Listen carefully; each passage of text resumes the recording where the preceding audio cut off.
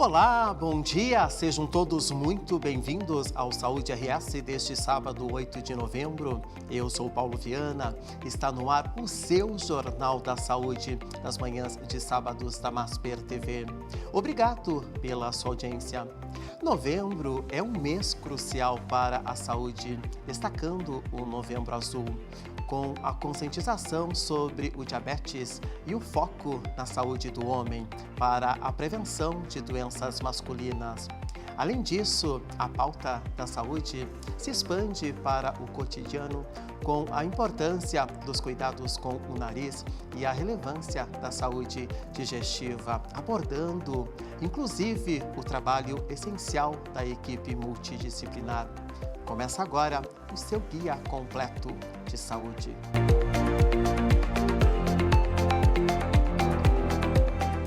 Quando se fala em Novembro Azul, o foco costuma ser a prevenção do câncer de próstata.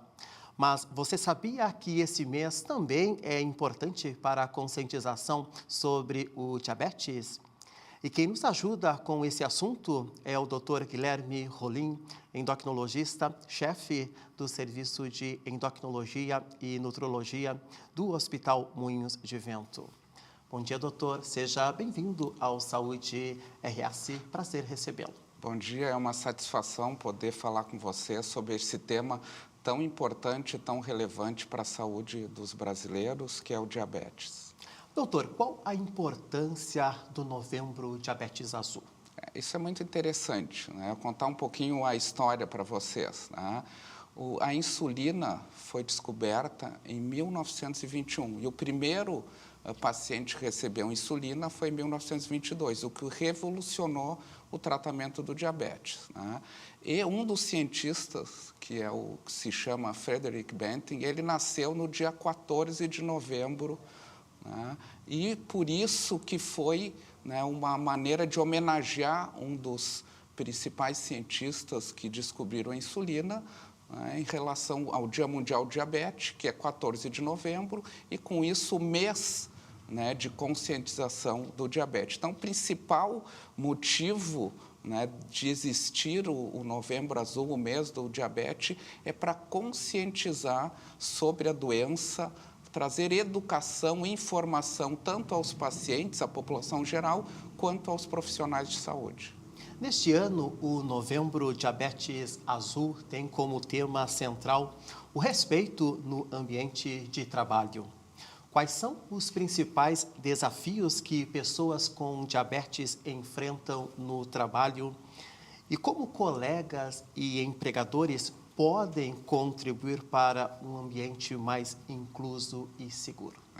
O que é importante, né? A gente às vezes não percebe, mas há um tempo atrás, não faz muito tempo, um paciente meu comentou que quando ele estava procurando emprego, né, se ele falava que ele tinha diabetes, ele era visto com outros olhos, né? Então, assim, o que a gente precisa conscientizar? Hoje em dia, o índice, né, a prevalência de diabetes é muito grande, chegando a quase 10% na maioria das regiões do país, por exemplo, né?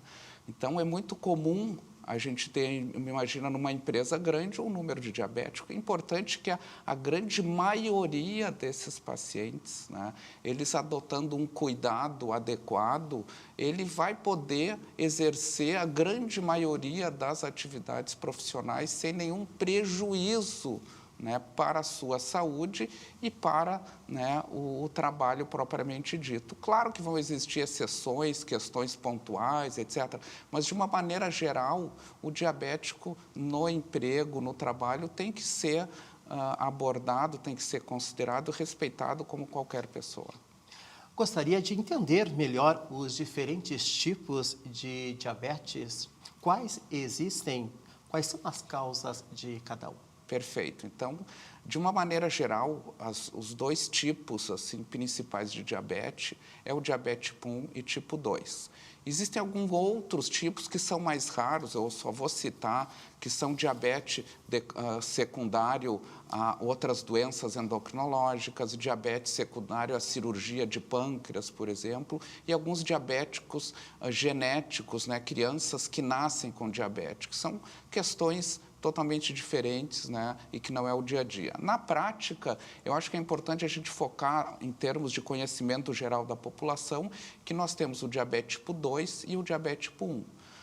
Praticamente 90% dos casos de diabetes são dos pacientes que têm diabetes tipo 2. E uma percentual menor é o diabetes tipo 1. São doenças totalmente diferentes, isso eu acho que é importante, né? O diabetes tipo 1 é aquele que ocorre geralmente na infância e na adolescência. E está associado a uma doença autoimune, ou seja, o nosso sistema imunológico produz anticorpos que vão atacar o próprio pâncreas. Ao atacar o pâncreas, especificamente a célula beta que produz insulina, esse indivíduo ele para de produzir insulina. Então, por isso que esses indivíduos que têm diabetes tipo 1, eles são dependentes de insulina, eles precisam de insulina no seu tratamento. Tá? Mas a grande maioria das pessoas que têm diabetes, que a gente vê no dia a dia, são aqueles que têm diabetes tipo 2. E essas pessoas que têm diabetes tipo 2, a característica é muito variável, é um grupo muito heterogêneo. O que é importante, eu acho, destacar? Que o diabetes tipo 2 tem uma relação muito forte com a obesidade, tá? Com o aumento de peso. Tem um componente genético importante, por exemplo, quem tem diabetes tipo 2 geralmente tem ou um pai, ou um irmão, ou um avô, ou um tio-avô na família, né? Quanto mais familiares a gente tem com diabetes tipo 2, eu vou ter maior risco de ter diabetes tipo 2. E tem também uma outra relação com o sedentarismo, tá? Então, ou seja, o diabetes tipo 2 tem uma associação com obesidade, um componente genética e modos, estilo de vida. Muitas pessoas têm diabetes sem perceber. Quais sinais devemos ficar atentos? Isso é muito importante, porque aqueles sinais clássicos de diabetes, que é aquele indivíduo que está urinando muito, acorda à noite 5, 6 vezes para urinar, tem muita sede, muita fome e emagrece, são sinais do diabetes tipo 1. Então, os pacientes com diabetes tipo 1, eles têm esses sinais e as pessoas devem ficar alerta, principalmente os pais, porque ocorre mais frequentemente na infância e adolescência. O diabetes tipo 2, ele é silencioso, aí é que é a questão. Então, por isso que nós não podemos esperar os sintomas aparecerem no diabetes tipo 2. Então, nós temos que fazer o dito check-up, né? Então, nós temos que avaliar aquelas pessoas que estão em risco de diabetes para fazer uma avaliação e identificar o que é o risco. Como eu comentei, está com sobrepeso, obesidade, é sedentário, se alimenta mal, tem familiares com diabetes, né? Então, esses são os principais fatores de risco. Como é feito o diagnóstico do diabetes? E quando devemos começar a medir a glicose? Perfeito. Então, o diagnóstico ele é feito através do exame de sangue, tá? Nós temos basicamente 3 maneiras de identificar, tá? Uma maneira é em jejum dosar a glicose. Então, existem valores de referência. Então, uma glicose em jejum dosada no laboratório, menor que 100 é normal, entre 100 e 125 é o que a gente chama pré-diabetes, existe risco de vir a ter diabetes, e 126 é o diagnóstico de diabetes. Existe um outro exame de sangue que se chama hemoglobina glicada, que reflete a média da glicose nos últimos 3 meses. Esse exame, quando o valor atinge 6,5%, é consistente com diabetes. E tem aquele outro último exame que se faz, que é aquele líquido açucarado que se toma, e se 2 horas após tomar esse líquido a glicose estiver 200, também é diagnóstico de diabetes. O que é importante? Eu preciso ter 2 exames alterados para ter o diagnóstico de diabetes, com exceção de uma situação. Aquele indivíduo que tem os sintomas clássicos que eu falei, que é mais no diabetes tipo 1, ele só precisa de uma medida. Tendo os sintomas clássicos, uma glicose medida em qualquer horário maior que 200, faz o diagnóstico de diabetes. Quais tratamentos estão disponíveis hoje para controlar o diabetes? Ótima pergunta. É claro que existe um monte de tratamento, né? desenvolveu muito, né, o tratamento do diabetes. Como eu falei, o primeiro tratamento do diabetes foi a insulina. Em 1922, a primeira criança que recebeu insulina. De lá para cá, nós temos um pouco mais de 100 anos. E a evolução, se a gente for dividir os primeiros 50 anos e nos últimos 50 anos, eu diria nos últimos 30 anos, o que mudou em termos de novas insulinas, sistemas de infusão de insulina, medicações em gerais é muito grande. Mas eu acho que é importante a gente dividir o tratamento, né, em 3 pilares. Né? O primeiro é a atividade física, o exercício, a alimentação saudável e as medicações. Só destacando que no diabetes tipo 1, o uso de insulina é obrigatório. No diabetes tipo 2, nós temos várias opções de tratamento e também, em alguns casos, é importante o uso da insulina também. Como está o cenário atual do diabetes no Brasil e no mundo?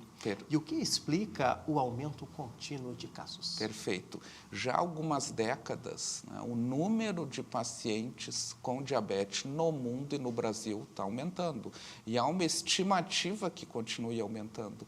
Veja que mesmo com todo esse conhecimento que a gente tem, mesmo com todo esse cenário de novos tratamentos, né, ainda há uma expectativa nas próximas décadas de crescer o número de diabetes.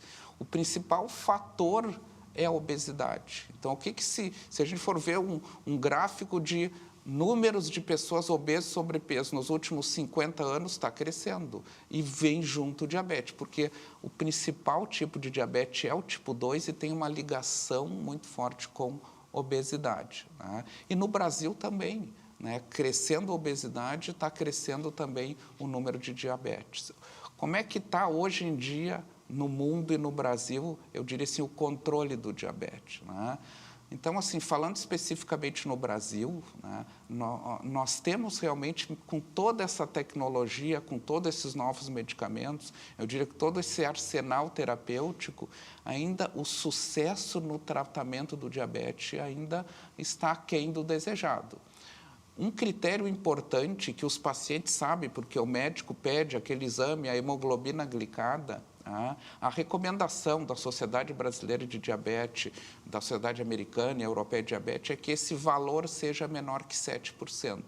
Então, se eu quero avaliar se o meu paciente está com um bom controle, de uma maneira geral, tem situações pontuais, eu tendo uma média de glicose que é em torno de 154, que equivale a uma hemoglobina glicada de 7%, está ok.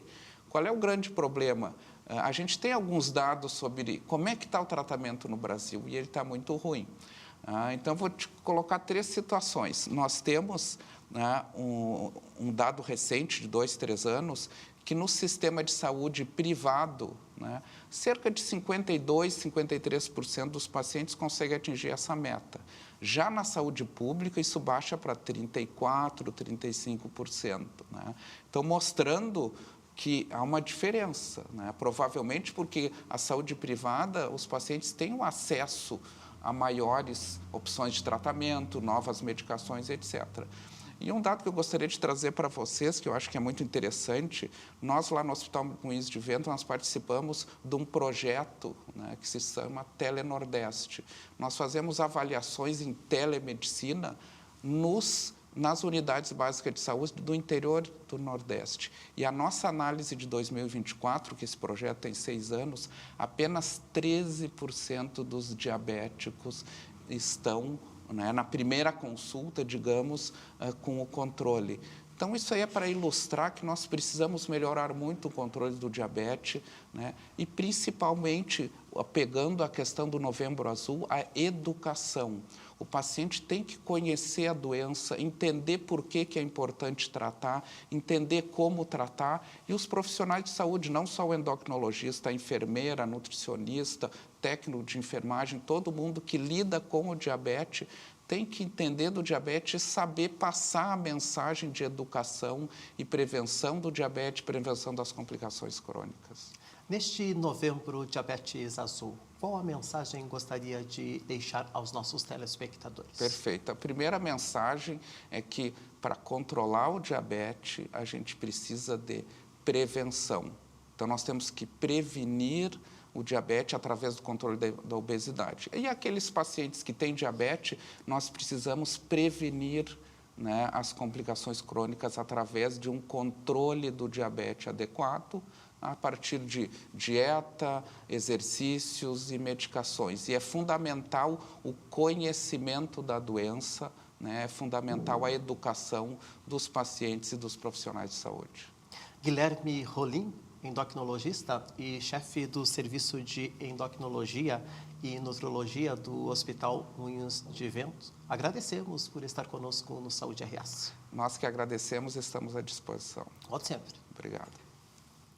No próximo bloco, temos a estreia do quadro Saúde do Homem e Nariz em Pauta. Já voltamos.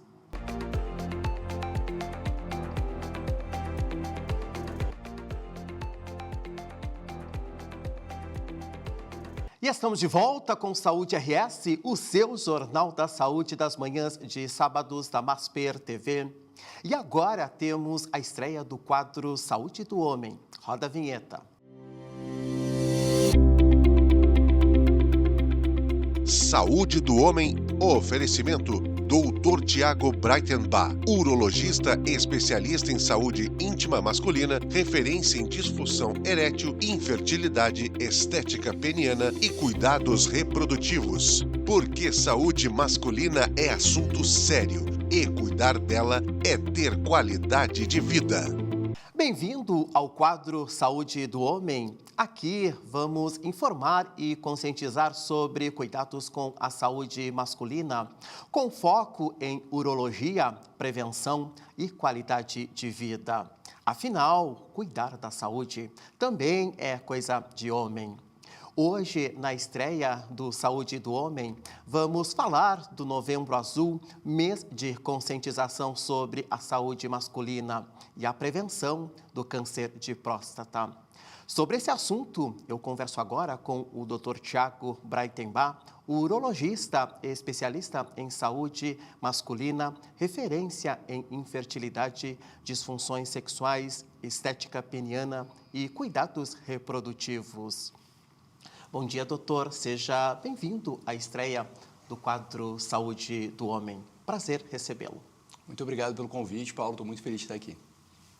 Doutor, o Novembro Azul é sempre lembrado pelo câncer de próstata, mas a campanha vai além disso, certo? Com certeza. Eu acho que o Novembro Azul tem que ser visto muito mais do que apenas um mês. Ele tem que ser visto como uma oportunidade de promoção de saúde. É um momento para que o homem reflita sobre os seus hábitos de vida, sobre o seu dia a dia. O Novembro Azul, ele vem, na verdade, para atrair o olhar do homem para si, para como ele está vivendo, o que ele pode fazer para melhorar. Então, quando a gente fala em Novembro Azul, a gente quer que esse homem procure um médico e o urologista seria um desses pilares, um pilar de promoção de saúde. O paciente vai procurar o urologista e ele vai identificar problemas de saúde, sejam eles da parte urológica, cardiológica, diabetes ou qualquer outro problema que possa estar afetando a saúde desse homem. Portanto, o Novembro Azul é o momento do homem buscar saúde, melhorar hábitos de vida e procurar um profissional de saúde habilitado, procurar o urologista. Quando o homem deve procurar o urologista pela primeira vez? Você sabe, Paulo, que de 6 a cada 10 homens só procuram o urologista quando estão com algum problema. E é isso que o Novembro Azul quer mudar. A gente quer atrair o homem para buscar qualidade de vida, para buscar prevenção. O câncer de próstata, sim, é muito importante, a gente tem que falar muito nele, até porque ele é o segundo câncer mais prevalente no homem. E é um câncer prevalente e é um câncer que pode, sim, levar à morte. Então, a gente tem que ter esse cuidado maior. Mas, quando a gente fala no Novembro Azul, trazer esse homem logo para a consulta vai fazer com que a gente possa procurar outros fatores que possam ocasionar danos na saúde desse homem no futuro. Portanto, o melhor momento para procurar o urologista ou procurar ajuda é agora, quando você ainda está saudável. certo? É o momento que a gente já vai ter tempo para buscar saúde a longo prazo. A fertilidade do homem deve ser abordado desde cedo, então? Com certeza. No consultório é muito comum a gente atender casais já com seus 30, 40 anos buscando fertilidade. E a gente vê que, diferentemente da mulher, o homem só se preocupa com a questão da fertilidade quando algo não deu certo lá na frente. Quando ele está tentando engravidar a esposa e simplesmente não acontece. Isso é muito diferente da mulher. A mulher já procura o ginecologista lá atrás, quando ela é mais nova, levada pela mãe. Existem muitos problemas de fertilidade que são diagnosticados na infância do homem. Se a gente pega, por exemplo, a varicocele. Varicocele é uma das principais causas de infertilidade masculina. 15% dos homens têm varicocele. E quase todos só vão descobrir que tem esse problema quando algo não deu certo lá na frente. E a varicocele, ela já pode ser diagnosticada lá atrás, quando o homem tem seus 14, 15, 16 anos. Portanto, o procurar o urologista deveria ser mais cedo, quando ele ainda é adolescente, levado pelos pais. Porque é nesse momento que a gente já vai começar a promover saúde. A gente vai falar sobre higiene, a gente vai falar sobre prevenção de doenças, a gente vai falar sobre sexualidade, a gente vai falar sobre tudo que esteja envolvido na saúde desse menino. E caso o paciente seja mais velho, nunca é tarde para procurar ajuda. O urologista vai ter uma visão mais global da saúde desse homem e, com certeza, se for necessário, vai encaminhar para outros profissionais capacitados, como cardiologistas, endocrinologistas e etc. Então, se você é homem e está ouvindo assistindo esse programa, com certeza vale a pena buscar a ajuda de um urologista. Agora, quando falamos da saúde do homem, não estamos falando só de viver mais, mas também de viver melhor. A vida sexual faz parte disso? As dificuldades na vida sexual podem indicar que existe algo errado com a saúde geral do homem? Com certeza. Sabe, Paulo, que depois dos 40 anos, metade da população masculina vai apresentar alguma queixa de disfunção sexual ao longo da vida. Então, isso é muito prevalente. Existem alguns estudos que falam que isso é até maior do que 40%, 50%. Então, a saúde sexual ela é muito importante em qualquer faixa etária. As queixas variam de acordo com a faixa etária, mas elas estão sempre presentes. E é muito importante que esse homem ou esse adolescente tenha um local onde ele possa buscar a informação adequada, em que ele possa se abrir e buscar o tratamento adequado. Hoje em dia, em época de internet, a gente tem muita informação, mas a gente tem muito pouca informação correta. Portanto, procurar um profissional capacitado, um urologista no caso, que vai compreender esse paciente, vai entender quais são os problemas e identificar onde nós temos algum problema físico e onde nós temos algum problema psicológico. Portanto, a saúde sexual masculina, ela não é vista apenas pelo urologista, ela é vista por uma equipe, de uma maneira holística.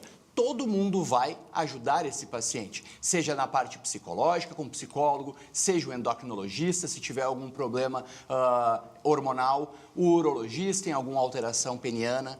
Portanto, saúde sexual também faz parte da saúde do homem e o homem deve procurar o urologista, sim, para melhorar essa parte. Doutor, cada vez mais se fala sobre estética peniana. Isso realmente tem crescido na sua prática? Com certeza. Antigamente, preocupação com estética era algo muito do público feminino. E isso mudou completamente. Os homens hoje, sim, buscam estética e buscam, sim, performance. Porque não vale a pena apenas a gente sobreviver. Temos que viver com qualidade de vida. E estética e sentir bem faz parte da qualidade de vida. Portanto, os homens cada vez mais procuram um urologista em busca de performance. Hoje em dia, com o advento da internet, se fala muito sobre reposição hormonal, testosterona, estética peniana, e os homens estão muito ligados nisso. Portanto, é muito importante que, caso você tenha interesse em fazer algum procedimento estético, reposição hormonal ou algo assim, que você procure um profissional capacitado, alguém que tenha capacitação tanto para fazer o procedimento quanto para lidar com as suas consequências. Qualquer procedimento médico, seja qual for, existem riscos. Portanto, você tem que procurar um profissional que seja capacitado, que tenha condições de tratar o seu caso por completo. Qual o recado do Novembro Azul? O recado que tem que ficar dessa nossa conversa para os homens é: não tenha medo, perca o preconceito, procure o urologista o quanto antes. O urologista está ali para conversar contigo, para ajudar a buscar qualidade de vida. De nada basta sobreviver se nós não tivermos uma qualidade de vida, se nós não vivermos bem, com saúde mental e física. O Novembro Azul é um momento de conscientização. Se você é homem ou se você é mulher e tem um esposo do lado, traga o urologista e busque saúde. Dr. Tiago, urologista, agradecemos por estar conosco na estreia do quadro Saúde do Homem. Muito obrigado. Até o próximo encontro. O quadro Saúde do Homem conta com o apoio do Dr. Tiago Breitenbach, urologista especialista em saúde masculina, referência em fertilidade, disfunções sexuais, estética peniana e cuidados reprodutivos. O Dr. Tiago une tecnologia de ponta através de exames e procedimentos inovadores e um atendimento individualizado para oferecer diagnósticos precisos e soluções sob medida para cada paciente. Se você tem dúvidas sobre problemas de ereção, infertilidade ou simplesmente quer cuidar da sua saúde com seriedade, siga o Dr. Tiago nas redes sociais, @Dr. Tiago Uro, ou agende sua consulta através do fone 51 2500 7200. Porque saúde masculina é assunto sério e cuidar dela é ter qualidade de vida. Saúde do Homem, oferecimento Dr. Tiago Breitenbach, urologista especialista em saúde íntima masculina, referência em disfunção erétil, infertilidade, estética peniana e cuidados reprodutivos. Porque saúde masculina é assunto sério e cuidar dela é ter qualidade de vida. E agora, vamos mudar de assunto? Vamos falar sobre saúde nasal? Temos a estreia do quadro Nariz em Pauta. Roda a vinheta. Nariz em Pauta. Oferecimento Clínica Face 180. Excelência em otorrinolaringologia e cirurgia plástica. Tá no ar a estreia do Nariz em Pauta, o novo quadro que vai colocar a rinologia em destaque e te ajudar a respirar melhor todos os dias. Respira fundo e vem com a gente nessa novidade. E para começar com o pé direito, ou melhor, com o nariz limpo, o tema de hoje é cuidados com a saúde nasal. Quem nos ajuda a falar sobre isso é o médico rinoplasta Humberto Camargo Júnior, preceptor da residência médica no Serviço de Otorrinolaringologia da Santa Casa de Porto Alegre e sócio da Clínica Face 180. Bom dia, doutor. Seja bem-vindo. Muito obrigado. Ao Saúde RS. Prazer recebê-lo na estreia do quadro Nariz em Pauta. Obrigado. Doutor, quais são as principais causas de congestão nasal? A congestão nasal, existem inúmeras causas da obstrução nasal, principalmente aqui no Rio Grande do Sul, os pacientes sofrem muito com a rinite alérgica, né? Nós temos rinites alérgicas, não alérgicas, vários subtipos de rinite.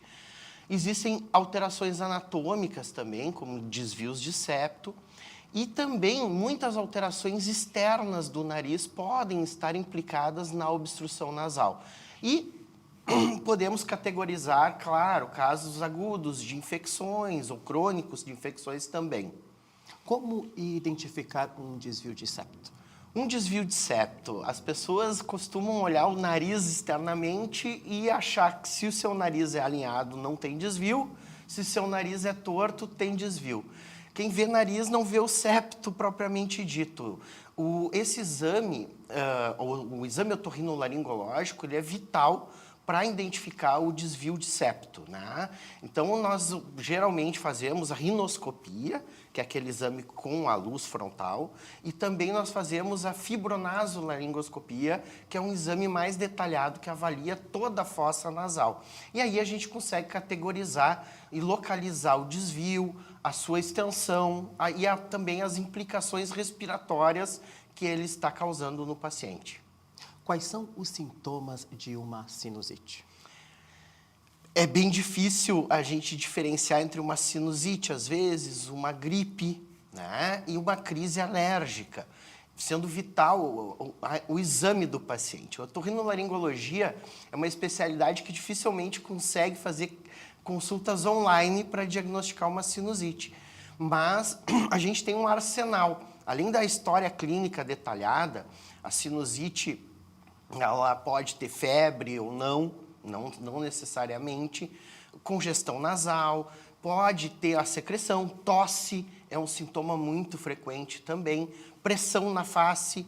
Isso também é uma confusão que os pacientes fazem de achar que sempre dor de cabeça é sinusite. E nem sempre uma dor de cabeça, que é um sintoma, não uma doença, não é uma sinusite, né? Quando é necessário realizar uma rinoplastia? Bom, a rinoplastia, ela se faz primeiro com o desejo do paciente de operar, né? Mas nós temos a rinoplastia, ela age tanto na parte funcional do nariz, melhorando as áreas de estreitamento nasal, como também na parte estética. A parte estética vai do desejo do paciente de querer operar ou não, e a funcional identificando essas alterações. Hoje, até no público da terceira idade, nós estamos realizando rinoplastia, porque esses pacientes podem ter uma apneia do sono, uma obstrução nasal, e o nariz ele sofre deformidades com a idade, né? O nariz ele não cresce, ele cai, e isso diminui o ângulo de entrada do ar, ocorre pinçamento de válvula, e às vezes nós temos que reforçar esse nariz do paciente para ele respirar melhor. E até em alguns casos há uns aparelhos para ronco e apneia. Então, a gama de indicações ela é bem ampla, né? Quais são as diferenças entre sinusite e rinite? São bem... A rinite muitas vezes antecede uma agudização de sinusite, né? A rinite ela é uma doença do paciente, é uma doença hereditária, que o paciente vai ter uma reação exacerbada a determinados estímulos no seu nariz. Então, na rinite, geralmente, nós vamos ter congestão, como na sinusite.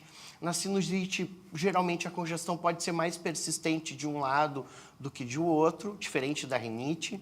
A coriza, né, aquela secreção clarinha, ela é bem frequente na rinite, os espirros, o prurido nasal ou ocular também. Diferente na sinusite, que o paciente, pela gotejamento de pus, pela obstrução, começa a ter tosse, pode ter febre. Então, existem diferenças bem marcantes entre uma rinite e uma sinusite.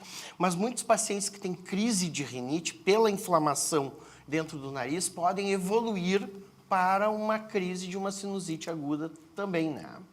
Quais são os tratamentos para alergia nasal?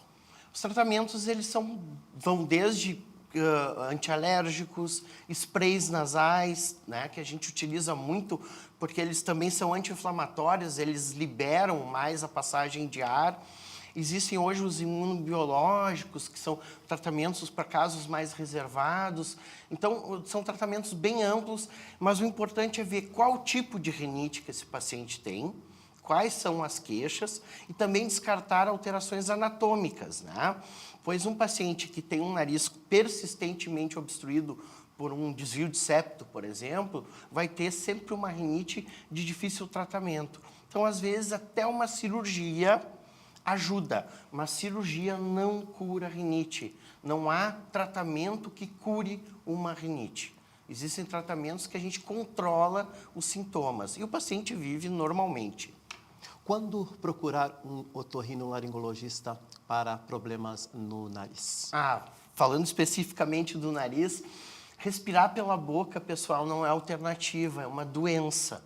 Então, se a sua função nasal está comprometida, é obrigatório consultar um otorrinolaringologista para tratar. Porque de uma boa respiração nasal tem um impacto muito grande na qualidade de vida. Então, respirar mal, você vai dormir mal, você vai oxigenar mal, você vai ter uma qualidade de vida muito comprometida.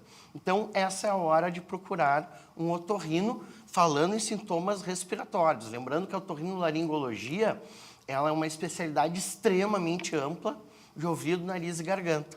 Então, sempre é bom, se tiver problema em qualquer uma dessas áreas, procurar um otorrino, um especialista na área. Dicas para melhorar a respiração nasal.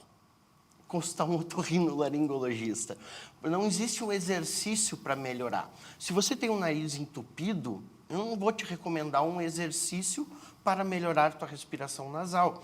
Eu preciso desobstruir a via. Mas lembrando que sala vazia, o ar não circula melhor. Não é tirar estruturas, hoje a gente não resseca, a gente tem que ser muito conservador nos tratamentos. Então a dica, em primeiro lugar, consulte o seu otorrino para ver se você tem, para ver a causa da obstrução. E depois existem até fisioterapia respiratória para recuperar o tônus muscular, porque quem respira pela boca tem uma hipotonia muscular, é mais fácil ficar de boca aberta. Então, às vezes, a gente precisa trabalhar esse tônus para o paciente voltar a respirar plenamente pelo seu nariz. Humberto Camargo, rinoplasta e sócio da Clínica Face, agradecemos por estar conosco na estreia do quadro Nariz em Pauta. Eu que agradeço. Até o próximo encontro. Obrigado. O quadro Nariz em Pauta conta com o apoio da Clínica Face 180. Na Clínica Face 180, cada detalhe é pensado para oferecer cuidado e bem-estar inigualáveis. Conforto e tecnologia avançada caminham juntos, trazendo o que há de mais moderno em otorrinolaringologia e cirurgia do nariz. Nossa equipe de especialistas renomados dedica-se a oferecer tratamentos personalizados e eficazes, garantindo sua segurança e satisfação. Na Face 180, sua saúde e beleza recebem atenção, sofisticação e excelência em cada atendimento. Agende sua consulta através do fone 51 3516 0533 ou pelo WhatsApp 51 99 581 4389. Clínica Face 180, excelência em otorrinolaringologia e cirurgia plástica. Nariz em Pauta. Oferecimento Clínica Face 180. Excelência em otorrinolaringologia e cirurgia plástica. No próximo bloco temos o quadro Saúde Digestiva. Já voltamos.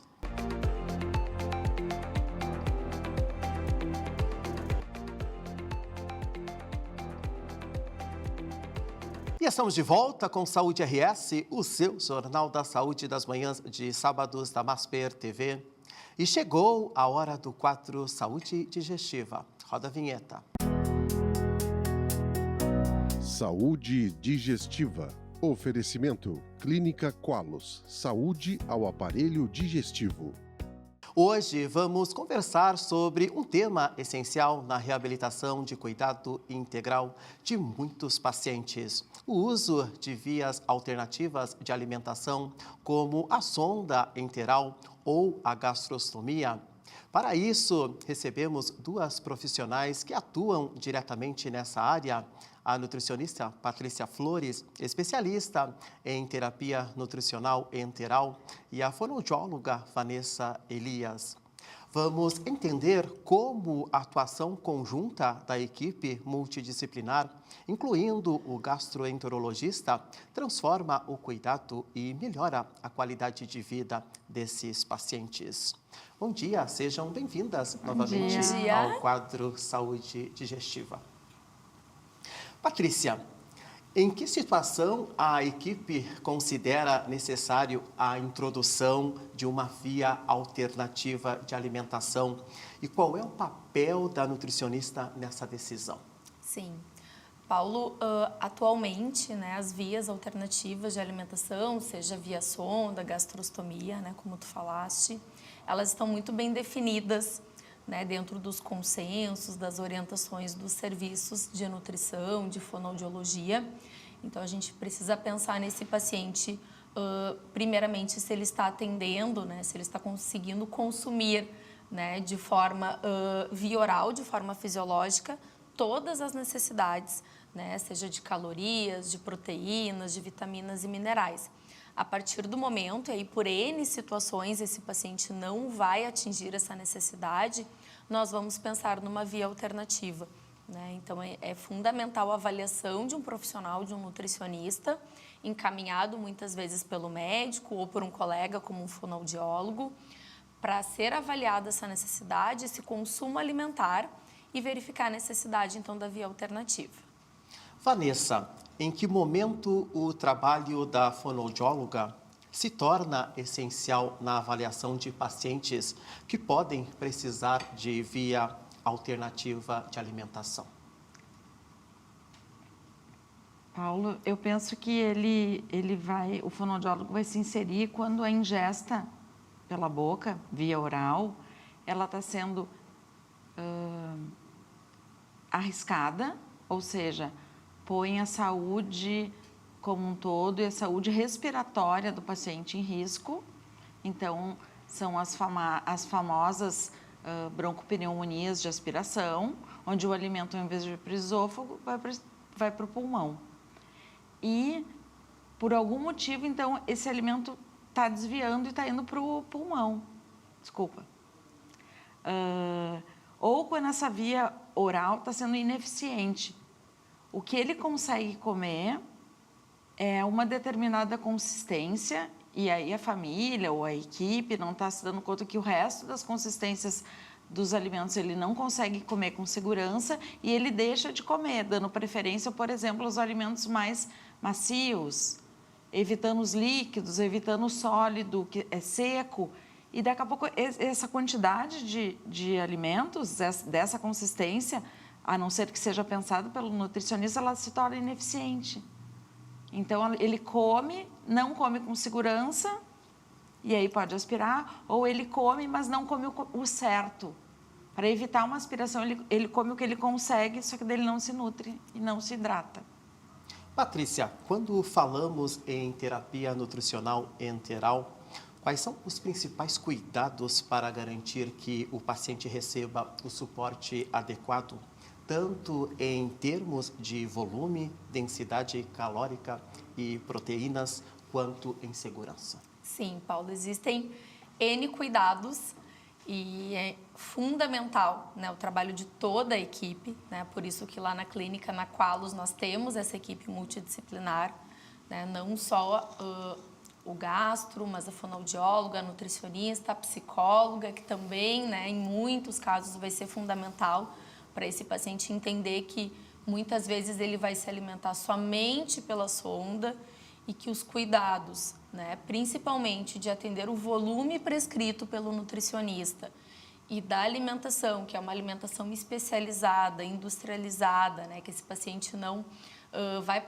bater uma comida no liquidificador, passar pela peneira, para passar pela sonda, que são coisas que a gente ainda vê no nosso dia a dia, é fundamental que ele tenha, então, todo o acompanhamento dessa equipe para que, de fato, a gente possa verificar se o volume que foi prescrito está sendo administrado, se esse paciente está absorvendo, né, da forma como a gente espera esses nutrientes, acompanhando através do ganho de peso, né, da avaliação do fonoaudiólogo para ver se esse paciente tem segurança daqui a pouco, né, Vanessa, para reintroduzir uma via oral e o que ele pode comer, né? O fonoaudiólogo é um profissional hoje que define a consistência, a segurança desse alimento, não é o nutricionista, né? Eu sempre falo isso para os pacientes. Então, a gente precisa sempre estar atento, né? O que esse paciente está usando pela sonda, o volume e se isso é o suficiente para a reabilitação desse paciente. Vanessa, em que momento o trabalho da fonoaudióloga se torna essencial na avaliação de pacientes que precisam de via alternativa de alimentação?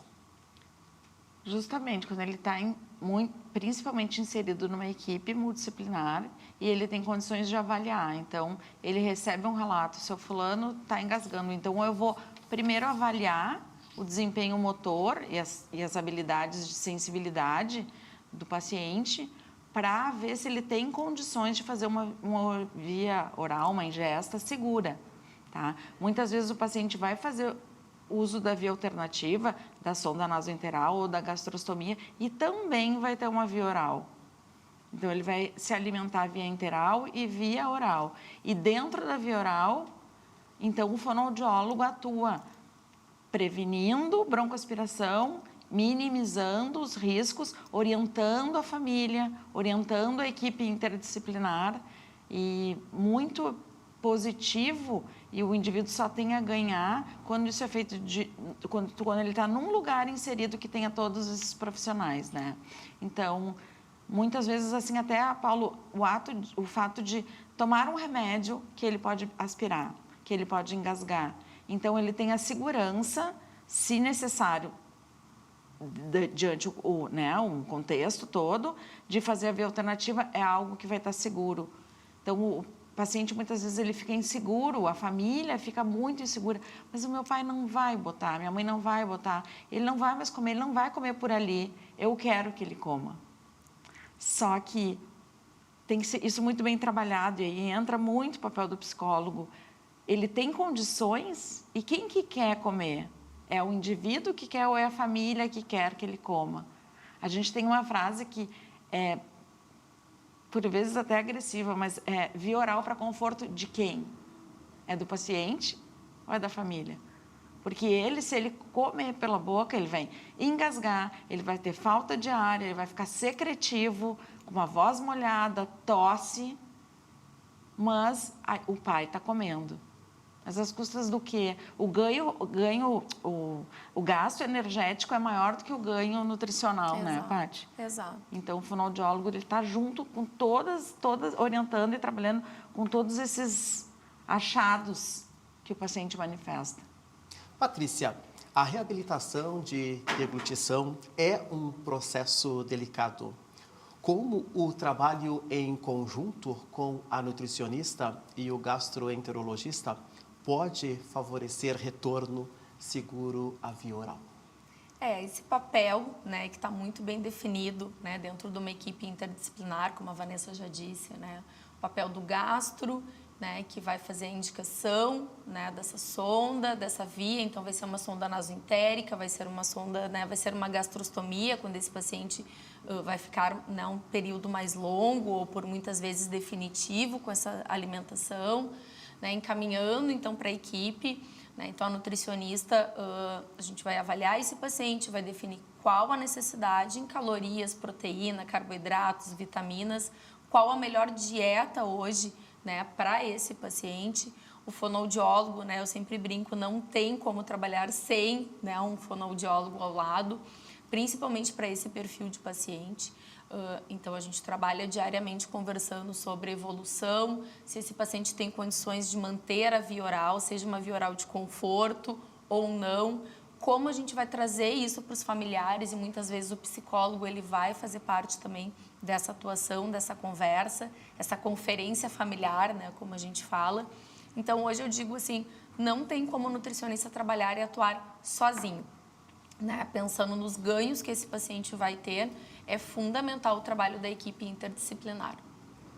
Vanessa, quais sinais de risco para disfagia e aspiração a fonoaudióloga observa e que podem indicar a necessidade de suporte enteral temporário ou permanente?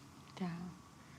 Antes dos sinais, eu acho importante pontuar que o paciente pode estar na vigência de uma alteração importante. Ele recém fez uma cirurgia que envolve uma ressecção de um pedaço da língua. Então, nesse momento, talvez ele vá precisar da via alternativa e não quer dizer que seja para sempre. Então, pode ser durante uma alteração, prévio a uma cirurgia, que eu tenho um caso agora que me veio em mente, o paciente vai fazer uma cirurgia de laringectomia e agora ele já está com bastante comprometimento, então agora ele está fazendo uso da via alternativa até mesmo para poder fazer a cirurgia e complementar todo o tratamento, o fonoaudiólogo atua. Então, depois, durante a reabilitação também. E aí também me vem outra situação, o paciente que tem uma doença neurológica, ele, talvez de manhã, ele esteja mais alerta e em mais condições de ingerir via oral. À noite ele vai estar mais fatigado, cansado e aí então a sonda vai fazer o papel de nutrição exclusiva. Então todas essas possibilidades têm que ser equalizadas e muitas vezes a questão que se fala, como eu disse antes, o prazer alimentar. Muitas vezes ele não tem condições, mas se chegou à conclusão que nesse momento, muitas vezes no final de vida, ele vai ter o prazer alimentar para, único e exclusivamente, ter prazer e não se nutrir. Então, se isso está em conformidade, não tem problema.